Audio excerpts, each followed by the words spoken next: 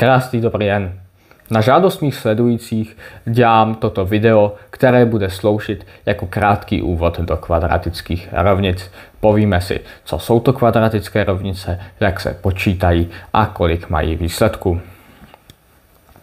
Začnu s tím, že kvadratická rovnice je taková rovnice, ve které se vyskytuje x v druhé mocnině. Obecný tvar této rovnice je ax na druhou plus bx plus c se rovná 0, a kde a není 0 v této rovnici.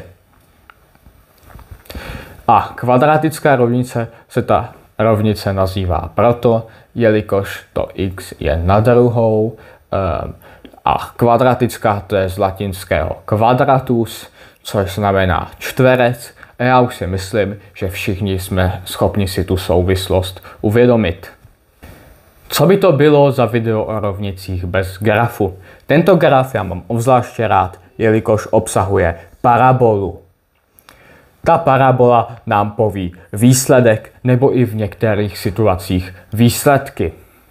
Dál tady mám diskriminant a diskriminant nikoho ani nic nediskriminuje. Diskriminant rozhoduje o počtu výsledků.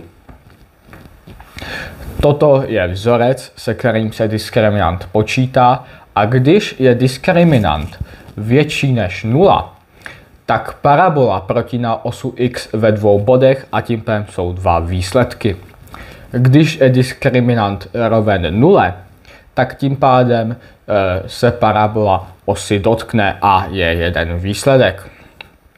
Když je diskriminant menší než 0, tak parabola osu x nemá a tím pádem nemá žádný výsledek v oboru reálných čísel. Na začátku videa jsem vám slíbil počítání, tak se na to vrhneme. Mám tady vzorec pro výpočet kvadratické rovnice a taky zadání mé kvadratické rovnice, kterou budu počítat. V této rovnici je a1, b minus 7 a c je 10.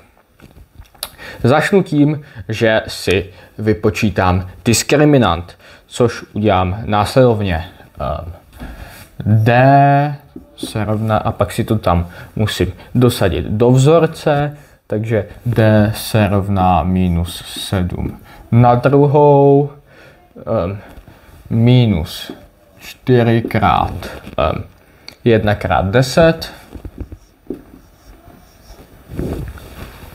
což se ve finále rovná 49 minus 40, což se rovná 9. Diskriminant mám vypočítaný. Dál se vrhnu na dosazení do vzorce. Mám tady rovnici, dosadím si do vzorce, takže to bude x 1, 2, to bude mít dva výsledky rovnice, jak jsme zjistili podle diskriminantu. Se rovná a mám tady tohle zadání, takže to bude 7 minus odmocnina z 9 následně děleno 2, což nám vyjde na zhruba tolik. Musím zkontrolovat, jo, mám to správně, odpovídá a podle tohohle zjistíme, že ve finále x1 se bude rovnat 5 a x2 se bude rovnat 2. Tohle je výsledek naší kvadratické rovnice.